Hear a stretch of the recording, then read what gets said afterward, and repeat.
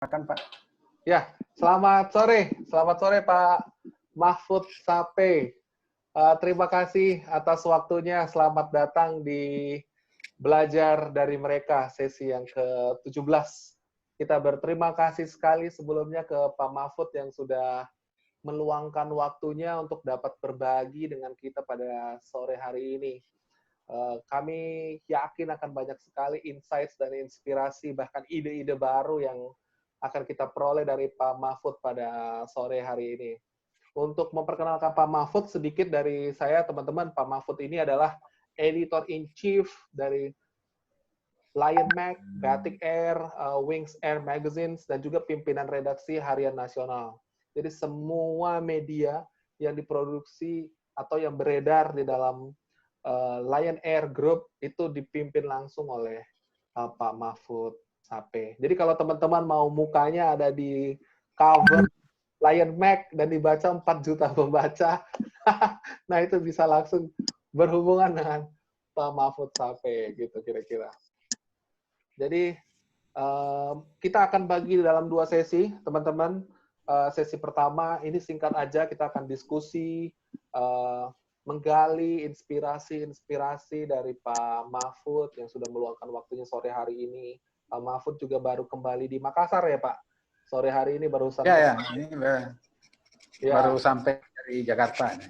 Ya, jadi syukur juga tidak ada kendala dan akhirnya Pak Mahfud bisa menyediakan waktunya pada sore hari ini untuk kita semua di sini.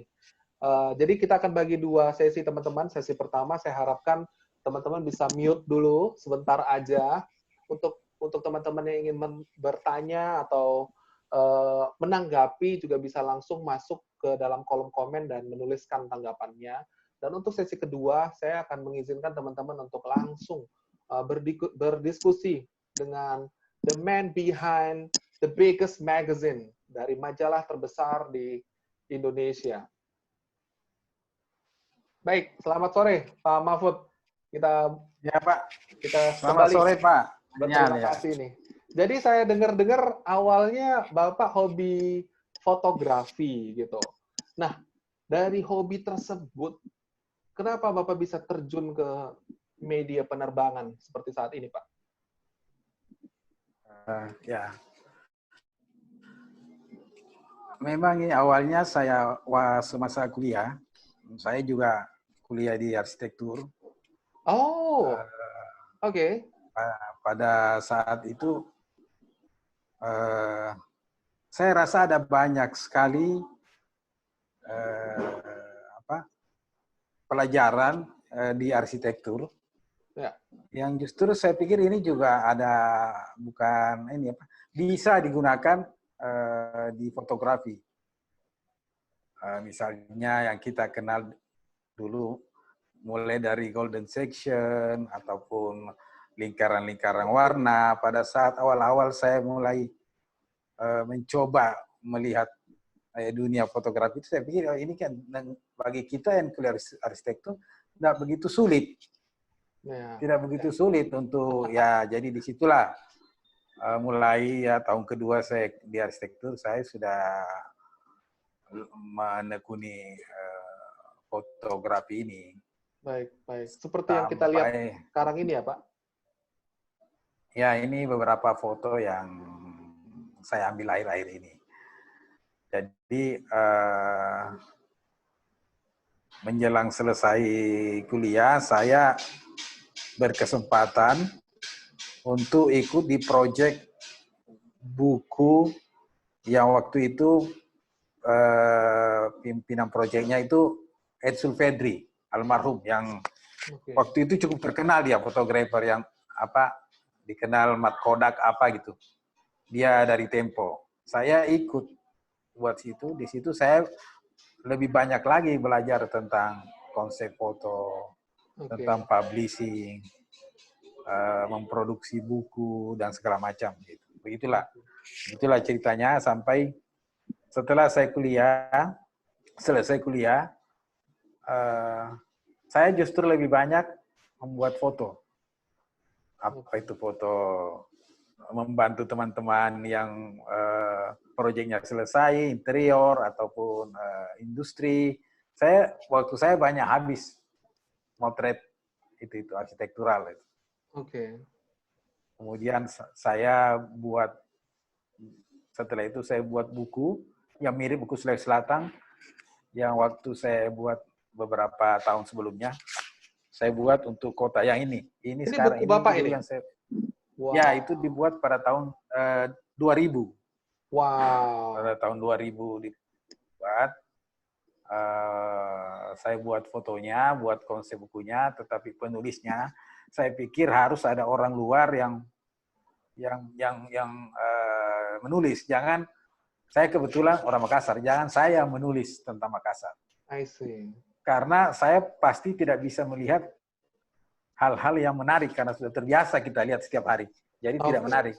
Jadi saya kebetulan ada teman saya penulis di Inggris, ya itulah saya suruh menulis. Saya pikir pasti lebih bagus kalau ya orang luar yang menulis, dia bisa lihat. Yang mungkin saja saya nggak bisa lihat kalau itu menarik karena sudah ya sejak lahir di sini, kuliah di sini, ya udah nggak bisa sense kita sudah tidak tajam lagi kalau soal. Jadi akhirnya ya jadilah buku ini 2001.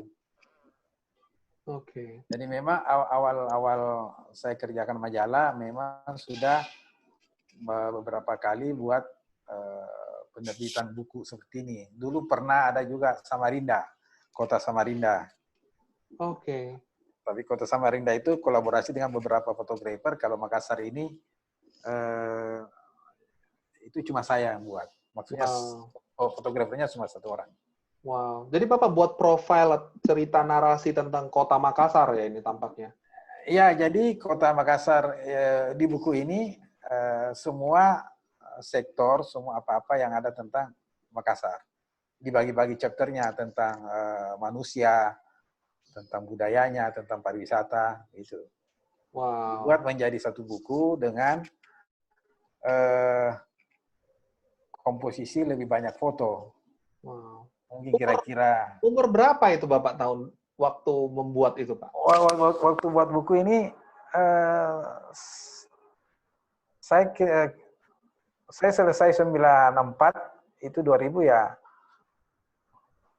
Mungkin 28 kali ya. Wow, muda sekali ya. Saya lihat bukunya tadi. Wah, itu bagus sekali itu, Pak, bukunya. Ya. Jika itu, di buku yang sama dalam banyak kota di Indonesia, mungkin wah, bagus sekali. Ya.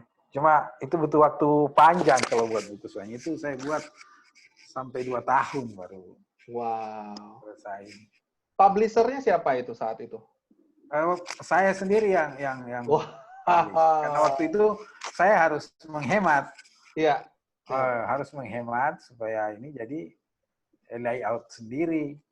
Wow. Potret sendiri, karena kita praktis. Saya belum ada pekerjaan waktu setelah selesai kuliah, banyak keliling-keliling motret, tapi lupa. Kerja di Konsibang ini 1 tahun, terus bosan, kabur lagi pergi motret. Saya sangat tertarik ya. Itu bagaimana Bapak dengan umur 28 tahun bisa mempublish buku dengan kualitas sebaik itu? Itu latar belakangnya dari mana, Pak? Enggak, yang waktu saya kuliah itu saya ikut buku proyek Sulawesi Selatan. Yang bersama dengan banyak sekali fotografer yang terkenal waktu itu di Jakarta, dari Jakarta. Seperti Ensul Verdi. Dia kan yang pada masanya paling terkenal ya, paling top lah itu waktu sama-sama 80-an. Sampai digelari Mat Kodak ya. Kemudian ada Alain Kompos.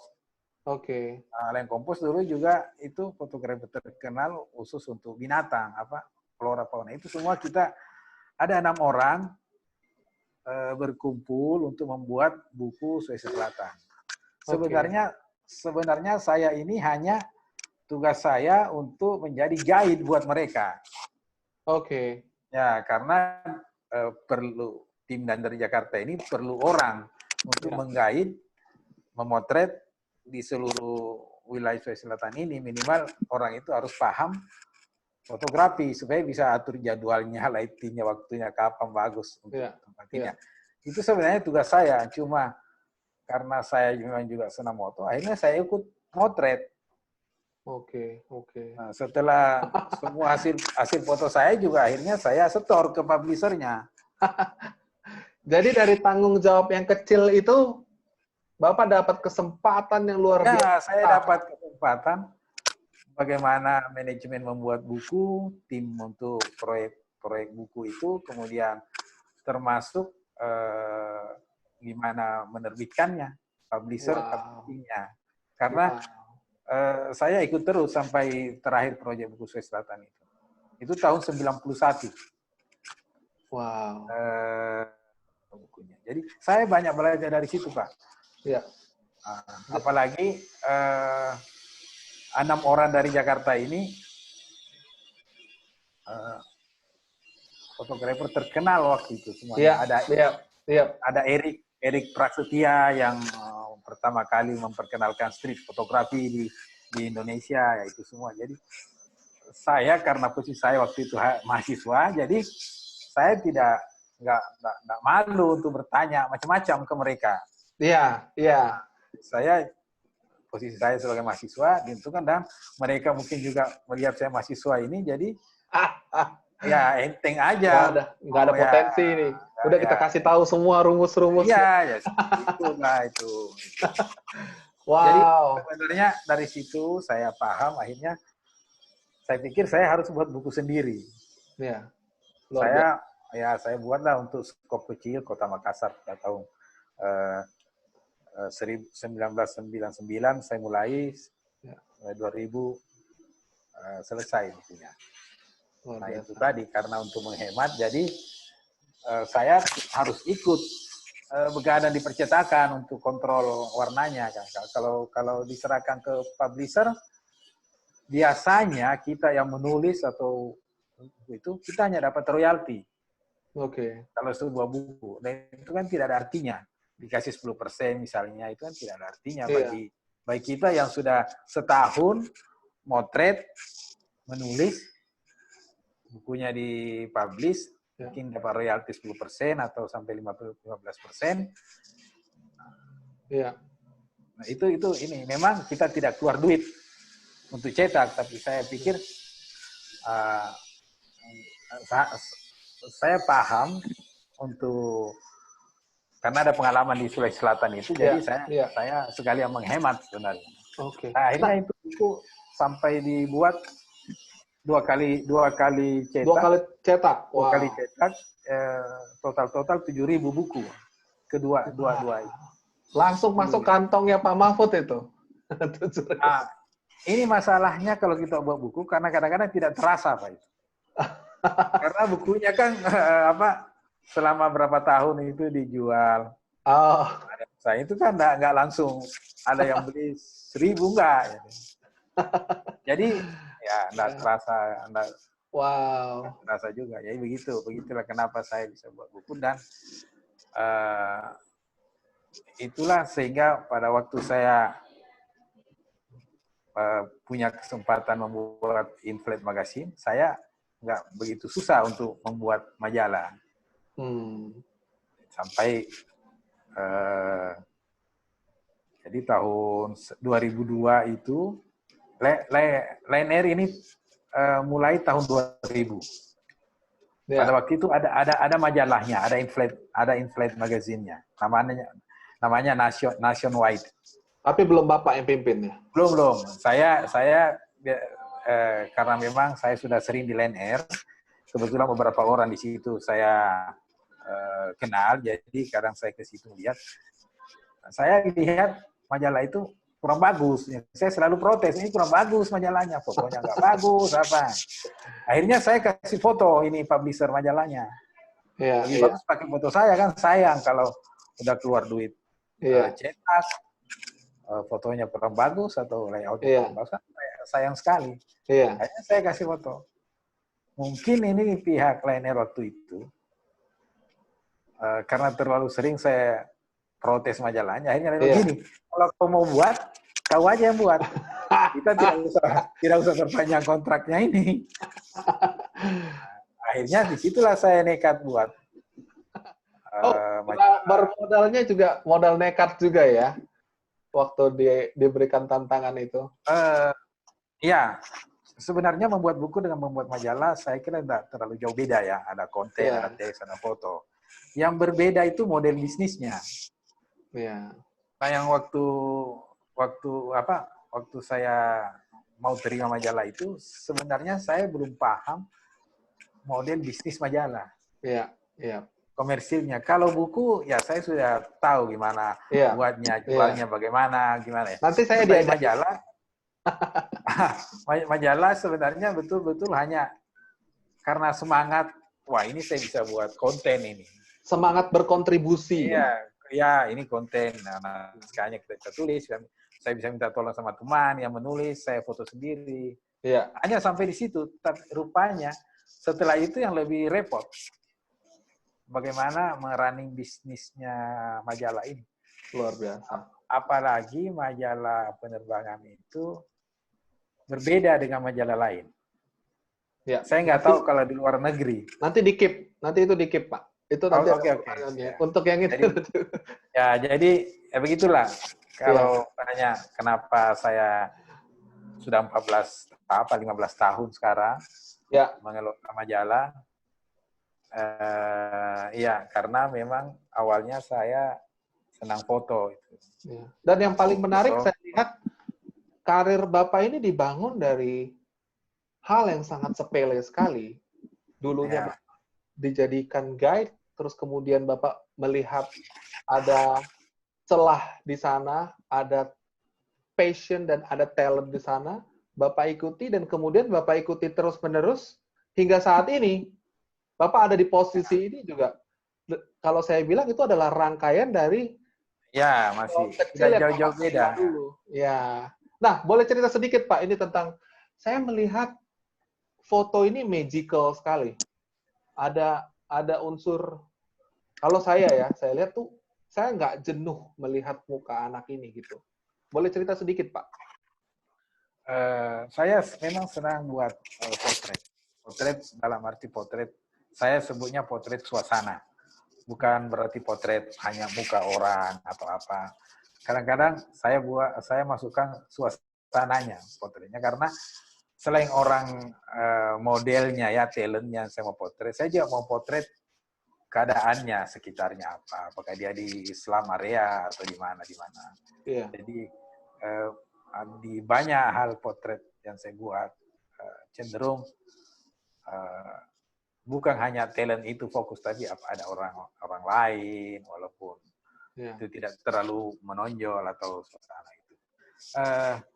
Ini foto ini saya buat di Kashmir. Oh, Kashmir. Ya, di Kashmir, di India, di Kashmir. Sebenarnya anak ini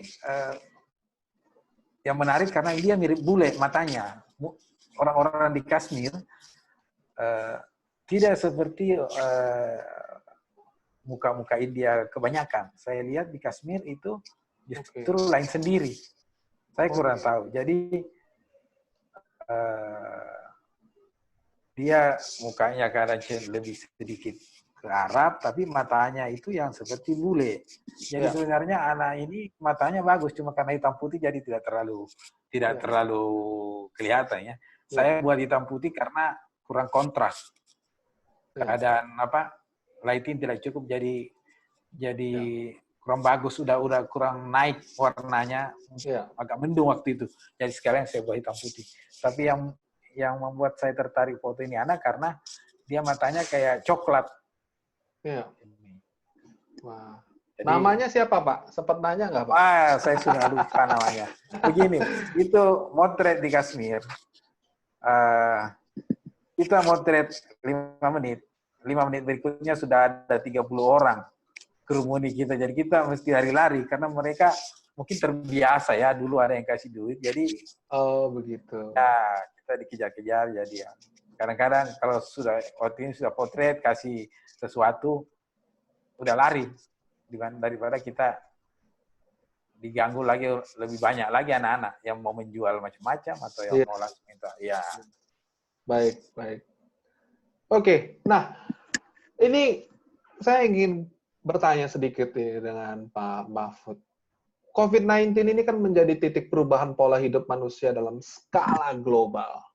Bagaimana cara kita berpakaian. Kemarin kita baru bahas dengan guru besar UGM, Profesor Yoyo Wahyu Subroto. Bagaimana COVID-19 ini mengubah struktur tatanan sosial perilaku manusia dalam skala global. Nah, bagaimana Pak Mahfud melihat pengaruh COVID-19 ini di dalam dunia media penerbangan, Pak?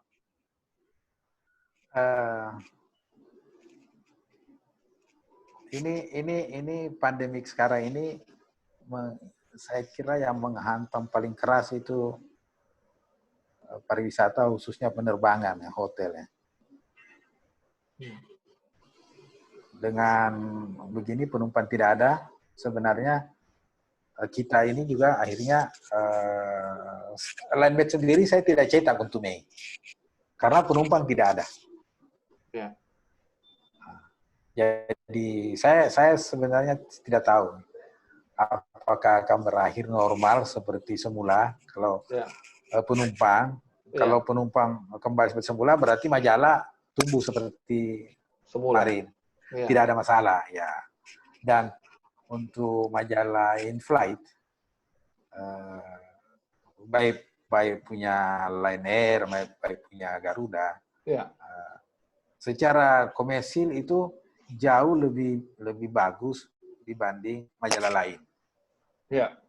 Dari segi iklan, dari segi apa ya? Mungkin dari segi karena pembaca juga pasti pembaca, ya itu alasannya pengiklan karena keptik pembacanya ini. Sudah jelas yang baca. Dibaca. Tinggal dia lihat maskapainya apa, penumpangnya berapa. Pasti 80% akan baca. Kita kalau di pesawat itu sebenarnya secara tidak langsung kita ada stres. Kita sadar atau tidak itu ada stres. Nah, biasanya itu dengan membaca itu. Dengan membaca atau nonton video, kalau ada video di dalam itu yang bisa membuat nyaman kita di pesawat. Jadi publikasi di atas pesawat itu selalu bagus, maksudnya selalu dibaca orang. Nah, inilah yang dilihat para pengiklan untuk memprioritaskan majalah in-flight itu di prioritas utama untuk pasang iklan. Nah, yang masalah kalau penumpangnya tidak ada. Seperti sekarang, edisi April kita masih cetak dengan asumsi normal, tidak ada masalah. Sehari-hari, setiap bulan itu Line Mac kita cetak 60.000 eksemplar. 60.000 eksemplar. Iya, majalah Line Mac saja. Tiba-tiba April, minggu kedua April itu kan sudah mulai drop semuanya. Nah, sampai sekarang majalah yang tadinya itu biasanya habis di bulan April, sekarang masih numpuk di bandara. I see. Karena pesawat yang tidak operate. Lion Air dari 112 pesawatnya barangkali sekarang yang dipakai banyak sekali, kalau 30 unit atau mungkin malah kurang. Jadi akhirnya juga pesawat tidak terdistribusi. Jadi kalau COVID-19 ini panjang, salah satu yang kena juga majalah. Kami di Line Mac berpikir untuk majalah ini kita buat menjadi semacam e-paper, e-magazine. Kemudian masukkan ke dalam TV di batik. Di batik. Lion Air juga kan sudah bisa ada TV-nya, tapi pakai mobile kita sendiri. Oh iya. Jadi konten itu ini next ini pikirannya mungkin kita bisa masuk ke situ. Ini untuk menghemat cetak. Baik. Kos paling tinggi kan ini paper. Cetak. Baik. Pak Mahfud, mungkin sebelum kita melanjutkan, saya hanya memastikan, Bapak sedang bangun rumah atau bagaimana ini sekarang, Pak? Bangun rumah. Kita ada Ada dengar, suara kita ada dengar suara-suara. membor. Enggak, tidak membor, tapi ada yang diperbaiki di bawah. Oke, oke. Nah, jadi kira-kira Pak, sebenarnya secara esensial, secara konten karena terlihat sama gitu. Tapi secara esensial, apa yang membedakan media penerbangan dengan media travel pada umumnya seperti Condé Nast, Travel Leisure gitu. Nah, apa yang membedakan media penerbangan ini, Pak? Saya bicara Line Make, Pak, ya, karena mungkin majalah lain beda ininya, ya, beda dia punya konsep. Dari awal konsep Line Make ini, memang saya tawarkan untuk mirip. Dulu ada majalah Jakarta dulu, lebih banyak foto, foto. Jadi itu konsep yang saya tawarkan kemarin, bahwa 20% narasi, 80% foto kalau perlu. Oke. Nah, jadi kalau Line Make, khusus Line Make membedakan dengan majalah lain, mungkin porsi foto itu yang lebih banyak. Itu yang kenapa bisa porsi foto lebih banyak, Pak? Ya, karena saya pikir kalau orang di pesawat nggak mau konsen terlalu berat. Mereka membaca itu antara tidur dengan tidak, jadi mesti dikasih foto aja. Dan sesederhana itu aja ya. Ya, dan kita bisa lihat. Saya kadang-kadang perhatikan kalau naik pesawat, penumpang itu ambil majalah, dia tidak baca. Dia hanya lihat halamannya dari depan sampai ke belakang, tanpa dia baca, baru mulai mungkin lihat 1-2 artikel. Jadi, bagaimana perasaan Bapak kalau sedang melihat orang membaca majalah Bapak gitu? Jadi Bapak lagi lihat, misalnya penumpang di sebelah lagi baca majalah. Bapak perhatikan mereka nggak sih? Kenapa, Pak? Nggak, saya pengen tahu aja. Jadi kalau misalnya Bapak lagi naik pesawat gitu. Ya. Ada orang di sebelah Bapak. Bapak perhatikan nggak dia bakal baca majalah atau enggak? Gitu. Perilakunya akan Bapak perhatikan atau tidak? Iya. Ya, saya selalu perhatikan karena saya senang juga kalau saya lihat dia baca dengan apa. Karena begini. Yang nggak pegang itu bagaimana? Bapak kecewa nggak kira-kira? Enggak. Oh, enggak ya. Karena penumpang juga tidak semuanya ada untuk membaca. Ada dorongan untuk membaca. Ya, tidak. Ya. Wow. Kenapa? Saya kira semua wartawan atau apapun akan senang kalau dibaca produknya, ya. Ya. Seperti ada reward dari waktu yang sekian banyak kita siapkan satu edisi ini. Ini kan orang hanya lihat majalah, tapi mungkin tidak pernah kebayang apa prosesnya. Prosesnya di belakang itu kan tidak segampang. Iya, tidak simpel sebenarnya, ya. Tidak segampang kita membuka majalah itu, ya. Ya, tidak simpel itu kan. Sebenarnya ada proses juga. Jadi kalau kita lihat ada yang baca, ya seperti ada apa? Kita lagi semangat lagi.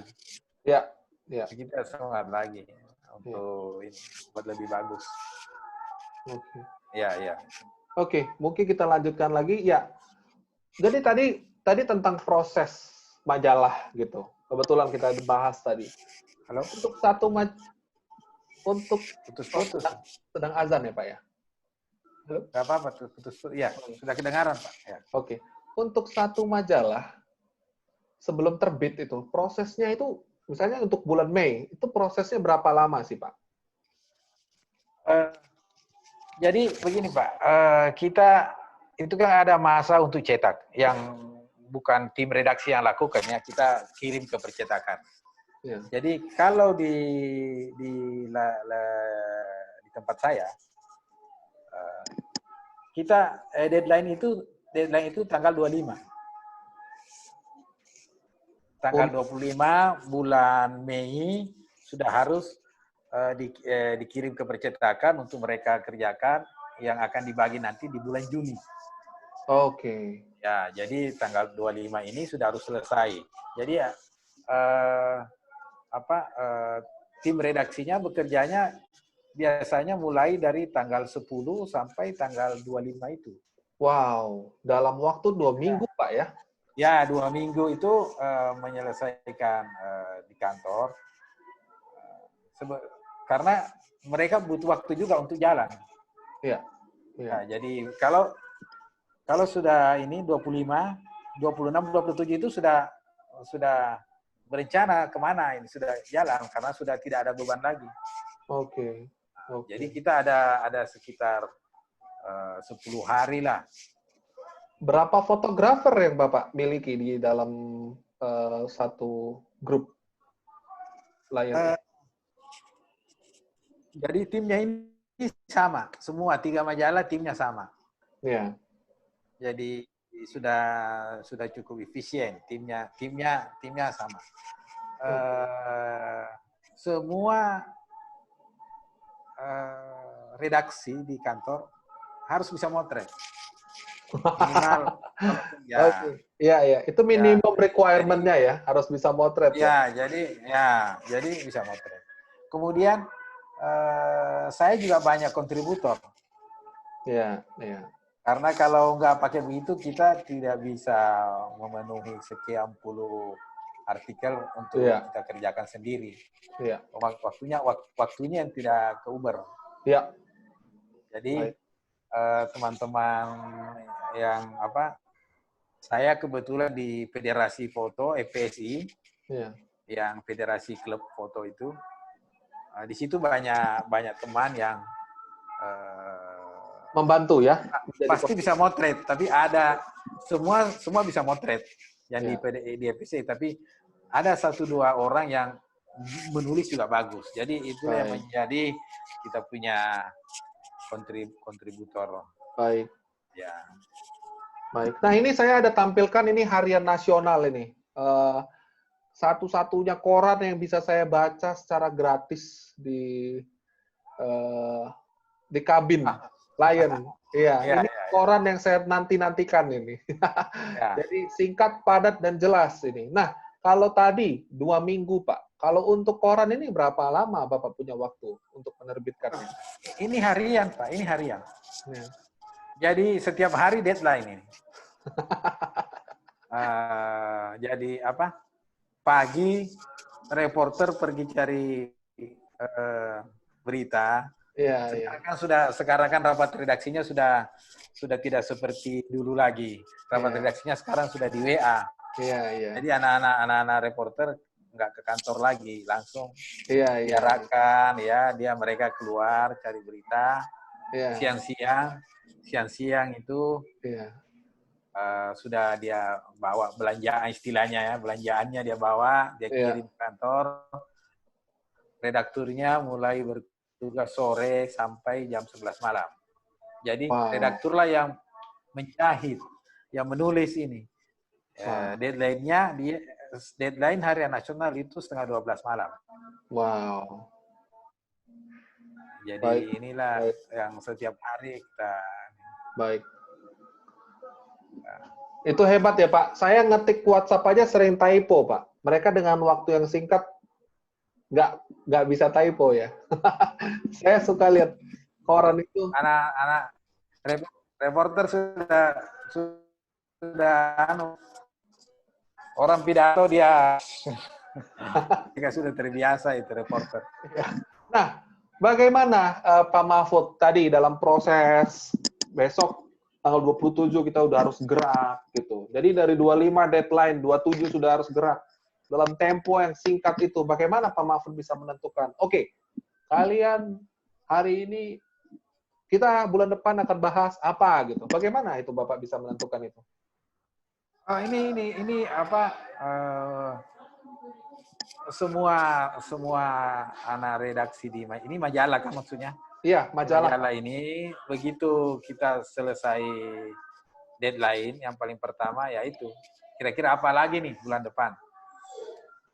Ada momen apa? Kan kadang-kadang juga kita seperti Jakarta ulang tahun. Ya udah kita liputan di Jakarta. Oke. Oh, ini. Jadi ada tema-tema di setiap bulan itu yang biasanya ada kita tentukan. Selebihnya Baik. ya anu aja, biasa aja. Karena kalau tulisan dari kontributor itu kita tidak bisa kontrol. Baik. Jadi tidak terlalu ketat tulisannya. Yang penting rubrikasinya ini kan sudah ada. Kita di majalah kan itu biasanya ada rubrikasi yang nama-namanya seperti ini. Ini traveling. Nanti Ya. ada lagi tentang Oh iya. apa? Oh ini namanya rubrikasi ya Pak. Oke. Ya, Ya. ya. Nah, itu kan oh ini apa? Yang ini sudah ada atau Baik. malah kadang-kadang sudah ada tabungan juga. Oh ini Iya. kita pakai ini, kita pernah jalan ke India bawa pulang 5 tulisan, ya udah itu Baik. kapan dipakai. Karena majalah ini kan sifatnya timeless ya tulisannya. Baik. Kapanpun kita pakai, nggak seperti straight news, nggak Baik. seperti koran, ya. Oh dia terlepas dari waktu ya, karena dia Ya. sifatnya narasi cerita ya, Pak. Ya, dia timeless, Pak. Ya, jadi tidak tergantung dengan seperti koran. Pak Mahfud, saya biar tidak salah, ini Bapak pakai Z atau tidak ini nanti? Biar teman-teman juga nggak salah kalau mau menyapa Pak Mahfud. Oh. Iya, cuma ingin memastikan aja Pak, pakai Z atau tidak ini Pak Mahfud? Sekarang tidak, Pak. Oh, oke. Karena saya harus mengalah dengan paspor. Baik. Aslinya pakai, tapi entah kenapa hilang di tengah jalan. Nah, baik. Jadi mengalah dengan ya. Baik. Nah, tadi kita udah cerita banyak tentang bagaimana Bapak menentukan tema dalam majalah, bagaimana prosesnya. Nah, sekarang ini bagaimana nanti strategi media penerbangan ini, Pak, setelah pasca COVID-19 ini, Pak? Bagaimana Bapak menentukan strategi? Karena orang-orang kan sekarang cenderung, waduh, ini bekas orang ini. Kalau dulu kita lecek-lecek juga kita buka, Pak. Sobek-sobek. Satu juga kita, oke deh, gua buka deh. Nah, tapi bagaimana ini Bapak melihat kondisi kecemasan, kekhawatiran orang-orang terkait penyebaran virus lewat majalah ini, Pak? Iya. Wah, ini terus terang saya tidak berani bayangkan ini. Tapi kita ada pemikiran, walaupun itu tidak bisa mengganti sepenuhnya majalah ya. Bahwa nanti konten majalah itu kita buat dalam bentuk e-magazine, kemudian masukkan di TV itu. Jadi bukan kertas lagi, dia baca melalui screen televisi. Baik. Tapi ini pasti tidak bisa mengganti apa? Wanginya tinta itu, Pak. Ya, kalau kita membaca ya, romantismenya membaca itu nggak sama. Iya. Ya, tapi kalau harus begitu ya apa boleh buat ya. Di ujungnya majalah itu ya, glossy-nya ya. Ya. Karena itu ada impress, itu beda. Iya. Beda kalau kita baca, Pak, terutama kalau foto. Iya. Itu beda, Pak. Iya. Kita lihat di paper dengan lihat di screen. Iya. Apalagi kalau foto ya, kita kadang-kadang dengan pegang sedikit itu udah ada sense lain juga. Iya. Wow. Detail ya, Pak. Nah, jadi tadi tentang majalah, Bapak akan buat versi e-magazines. Walaupun memang sekarang sudah banyak sekali sih e-magazine. Ya. Saya juga penikmat e-magazines. Sebentar, saya nyalain dulu. Lampu dulu sudah mulai gelap di sini. Oh iya. Makassar sudah. Makassar ya. Oke. Nah.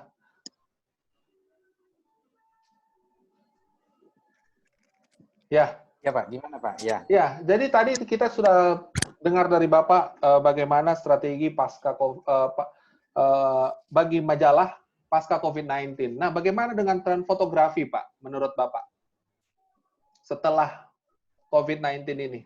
Trennya bagaimana? Wah, barangkali orang semua yang mau moto terpaksa motret di studio. Kalau kita sudah perjalanan sudah terbatas, ya. Jadi mulai saya membatasi ruang geraknya ya, Pak. Ya, itu banyak. Saya kira banyak genre foto yang akan hilang. Baik. Seperti yang sedang street foto ya, udah susah ini. Baik. Ya. Baik. Oke. Nah, ini Bapak boleh kasih pesan nggak bagi teman-teman yang tertarik menjadi kontributor media? Kita anggap nanti mungkin semua kembali seperti sedia kala ya Pak. Ya. Mudah-mudahan. Bagaimana mereka yang mungkin sekarang hobi fotografi, storyteller gitu, desain grafis, ilustrator, apa yang menurut Pak Mahfud perlu dilakukan oleh teman-teman kita ini Pak? Untuk bisa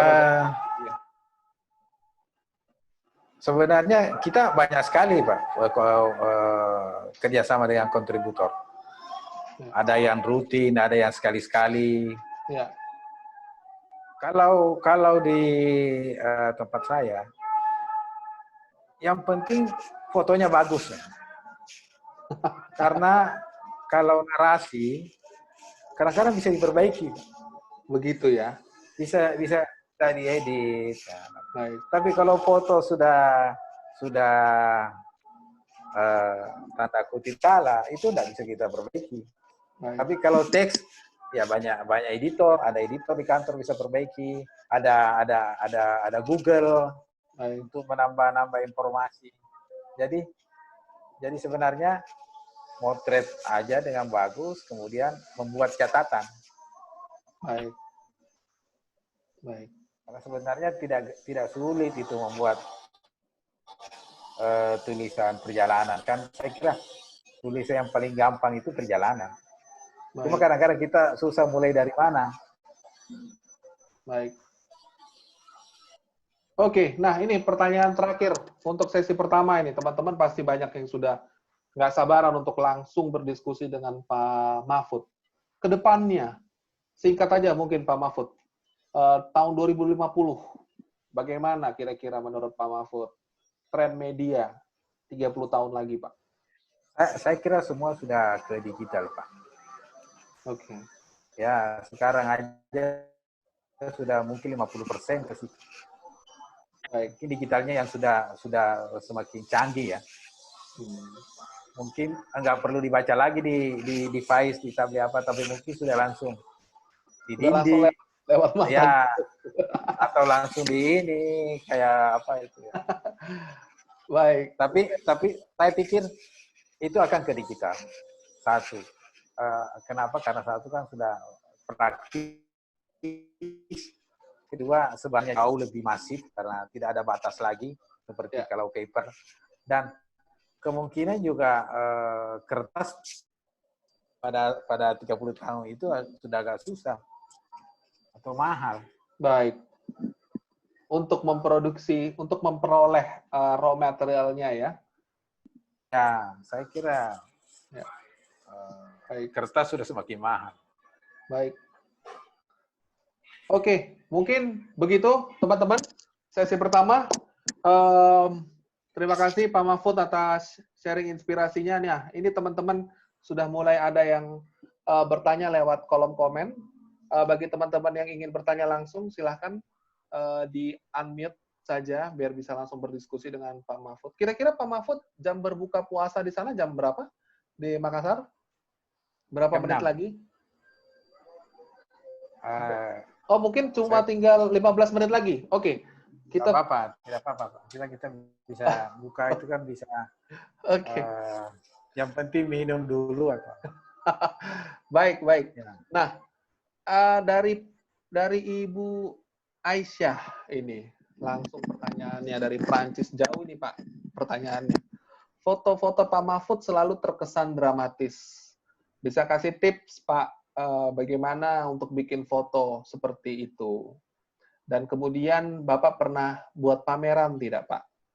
Semua fotonya sangat bagus kalau dibuat pameran. Ini dari Ibu Aisyah, Pak. Bagaimana tipsnya, Pak? Oke, pameran, semua orang mau pameran, tapi itu saya mungkin sudah 10 tahun berencana mau pameran, sampai sekarang belum. Kita buat pameran digital, Pak, di belajar. Saya belum. Kalau berkesan dramatis, bagaimana ya? Mungkin setiap orang beda-beda ya, apa yang dia suka. Saya mungkin karena lebih senang potret, jadi ekspresi itu yang kadang-kadang bisa ada sesuatu. Kalau saya tipsnya untuk potret itu memang mesti agak apa ya? Tidak boleh tergopoh-gopoh. Ya. Seperti ada begini, wah langsung, wah, tidak. Kadang-kadang setelah itu baru ada sesuatu yang jauh lebih bagus dibanding awalnya. Wow. Jadi lebih tenang aja lihat situasi. Ini Mengikuti, biasa kita biasa. Apalagi kalau kita hunting bareng-bareng, itu kan ada anak kecil lewat, wah langsung diserbu, wah. Nah tunggu, jangan, bukan itu yang bagus. Tunggu sedikit, mungkin setelah itu ada. Baik. Ini kalau pengalaman saya, selalu foto yang awal-awal itu tidak lebih menarik dan yang foto yang belakang-belakang mungkin justru kita sudah tidak siap untuk foto atau baik. Ya sudah emosi kita sudah tidak ada, padahal justru baru muncul. Ini menarik sekali, Pak. Jadi kembali Bapak menggunakan konsep siap dan sempat ini, Pak. Jadi saya pernah tulis tentang siap dan sempat yang terinspirasi dari kata-katanya Bang Tommy Chandra dari narasumber sebelumnya. Dia mengatakan ya, untuk mengambil sebuah kesempatan yang baik itu, ya kita juga harus siap dan nggak terburu-buru. Ya seperti yang Bapak bilang tadi, untuk menangkap sebuah momen, Bapak nggak terburu-buru dan Bapak bersiap-siap, nggak lengah ya. Ya, siap harus selalu. Jadi dalam foto itu tidak ada sebenarnya faktor luck, tidak ada. Mungkin atau tidak semuanya ada. Ada orang bilang, wah beruntung, itu tidak. Bukan beruntung, dia siap. Baik.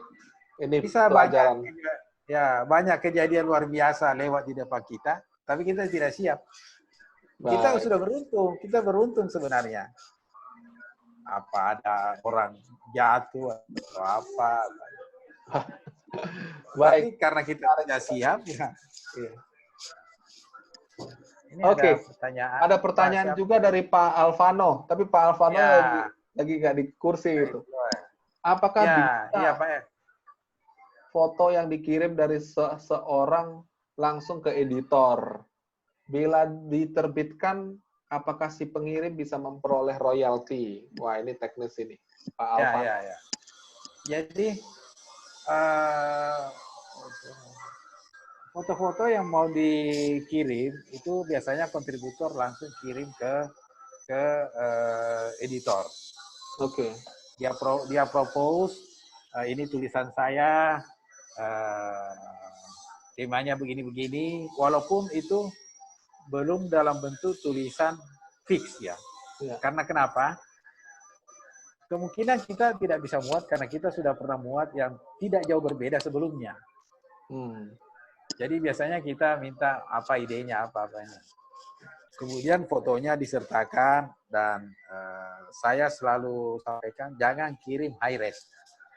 Oke. Cukup kita bisa preview dulu fotonya. Kalau di redaksi sudah oke, ini kita belum pernah muat dan konten ini tidak membahayakan, tanda kutip ya, tidak membahayakan bagi majalah dan paling penting tidak membahayakan bagi maskapai karena kita ini dibagi di atas maskapai. Iya, iya. Kalau itu biasanya kami minta untuk membuat mengirim tulisannya yang sudah jadi dengan foto-foto yang pada saat preview itu redaksi sudah pilih karena biasanya dia punya foto banyak dan tidak semua kita bisa publish ya. Kita biasanya di preview itu kita sudah kasih oh ini yang kita mau nanti. Jadi Baik. itu yang kita minta high res-nya. Nah, soal pengiriman oleh royalti, jadi saya nggak tahu maksudnya royalti apa ya. Ini, tetapi semua artikel yang masuk ke kami itu hanya bisa dipakai oleh majalah kami, artinya kalau bukan Batik, Line Mag atau Wings. Tidak bisa dipakai oleh orang lain. Ya. Kecuali kalau yang punya foto mengizinkan. Itu yang kami jaga itu. Royalti ya kami menulis kredit title, kemudian naskah-naskah yang terpublish itu ada honor. Nah, ada honor. Ya. Ada honor ya. Kalau royalti kan menurut saya royalti saya kira semuanya tetap royaltinya dijaga dalam arti namanya kita tulis, fotonya kita tidak kasih ke pihak lain. Ya. Dengan percetakan juga kita punya ada kontrak tertulis untuk tidak menggunakan. Iya. Ya. Kecuali karena kita sering ada yang hubungi, oh saya mau foto ini di majalah ini. Iya. Di mana saya bisa beli? Di mana? Itu. Oh baik. Itu kita akan sampaikan ke yang punya foto. Mau enggak dia? Kalau mau ya silakan berurusan dengan yang perlu foto itu. Itu ada beberapa kali kami dapat. Baik. Ya, mungkin menjawab pertanyaan Pak Alvano ya, barusan Pak Alvano. Ya. Semoga terjawab ya. Pak Alvano. Nah, ini dari Bu Aisyah juga menambahkan ini, mari buat pameran di Strasbourg. Saya juga nggak yakin ini saya membaca dengan benar atau tidak. Ini terlalu jauh ini. Strasbourg. Mungkin bisanya cuma jalan-jalan, kita pameran agak sulit. Mungkin ini nanti kita bisa buat pameran digital, Pak. Digital itu juga ya. Itu satu ide. Ini ada Pak Alvano, Ed Sulferdi kalau nggak salah pernah di Tempo pertengahan. Ya betul. Ya. Ed Sulferdi ini kalau saya tidak salah di Tempo sejak tahun 60-an. Setelah dari Tempo, kemudian dia pensiun berhenti dari Tempo, kemudian pindah ke majalah Gatra. Pensiun di majalah Gatra. Baik. Meninggal beberapa tahun lalu. Baik. Jadi teman-teman masih ada pertanyaan? Kira-kira teman-teman langsung ditanyakan ke Pak Mahfud. Mana barangkali teman-teman mau bertanya bagaimana bisa menulis atau tertarik? Oke.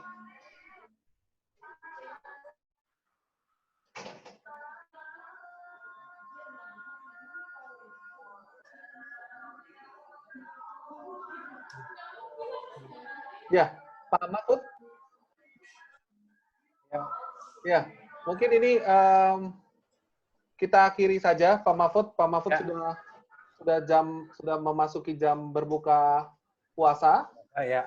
Terima kasih sekali Pak Mahfud atas waktu yang sorry ini anak saya. Ya, terima kasih sekali atas waktu yang telah diberikan di belajar dari mereka pada sore hari ini. Banyak sekali ide-ide baru yang kita dapatkan pada sore hari ini. Terima kasih atas inspirasinya. Mungkin Pak Mahfud ada kata-kata penutup yang ingin disampaikan bagi teman-teman yang hadir pada sore hari ini? Ya, saya kira enggak ya. Cuma Saya terima kasih ke Pak Daniel ini bisa diajak gabung di forum. Ya, dengan senang hati, Pak. Ya, ya. Dengan senang hati. Ini harus lebih sering-sering ada apa? Ada forum-forum dengan tema-tema yang macam-macam ya. Baik, baik. Yang ide soal workshop online itu menarik itu yang Pak Daniel tadi sempat cerita Iya. sebelumnya. Ya. Nanti akan kita realisasikan, Pak. Itu juga masih jadi tantangan pertama nanti untuk di bulan Juli. Jadi teman-teman, saya sekalian menyampaikan kita akan mengadakan workshop online langsung dengan Pak Hanafi, pelukis. Jadi beliau akan mengajarkan dan memandu teman-teman untuk membuat sebuah lukisan langsung secara virtual. Dan mungkin nanti selanjutnya juga Pak Mahfud juga bisa membuat workshop yang sama tentang fotografi, bagaimana caranya kita bisa menangkap sebuah momen, namun workshopnya secara virtual. Semoga kita bisa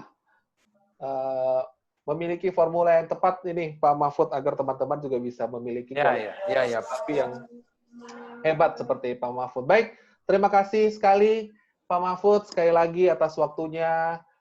Saya yakin semua teman-teman di sini sangat menikmati momen sore hari ini dan pasti merasakan manfaat pada sore hari ini. Selamat berbuka puasa, Pak Mahfud. Iya, Pak. Terima kasih. Ya. Dan terima kasih teman-teman yang sudah hadir. Semoga bermanfaat dan dapat menjadi sumber inspirasi baru bagi teman-teman. Terima kasih. Selamat sore. Sore. Sama-sama, Pak. Terima kasih, Pak.